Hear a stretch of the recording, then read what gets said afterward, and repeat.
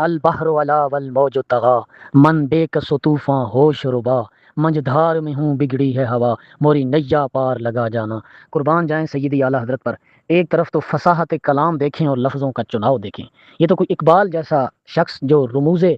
شاعری جاننے والا ہو تو وہ جانے کہ کس پائے کا یہ شعر ہے اور کس پائے کا یہ کلام ہے کہ 4 زبانوں کو استعمال کر کے آپ نے ایک کلام لکھا اور معنی و مفہوم کے سمندر کو کیسے سمیٹا کہ اعلیٰ حضرت نے فرمایا البحر علا والموج طغا، کہ سمندر بلندی پر ہے اور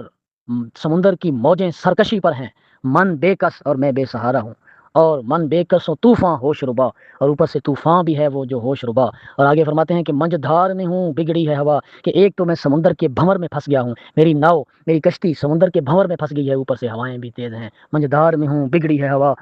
حضرت نے در حقیقت یہ فتنوں کا ذکر فرمایا ہے کہ یا رسول اللہ،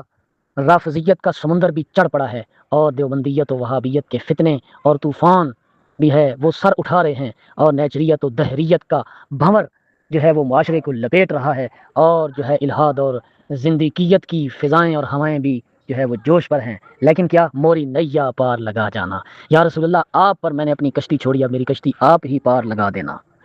وہ لوگ کیا جانے جو گلی کوچوں سے اٹھ کر اپنے آپ کو نعت گو شاعر کہنے لگتے ہیں، جو نہ کلام جانتے ہیں نہ کلام کی رموز جانتے ہیں۔ ملک سخن کی شاہی تم کو رضا مسلم، یہ سمت آ گئے ہو سکے بٹھا دیے ہیں۔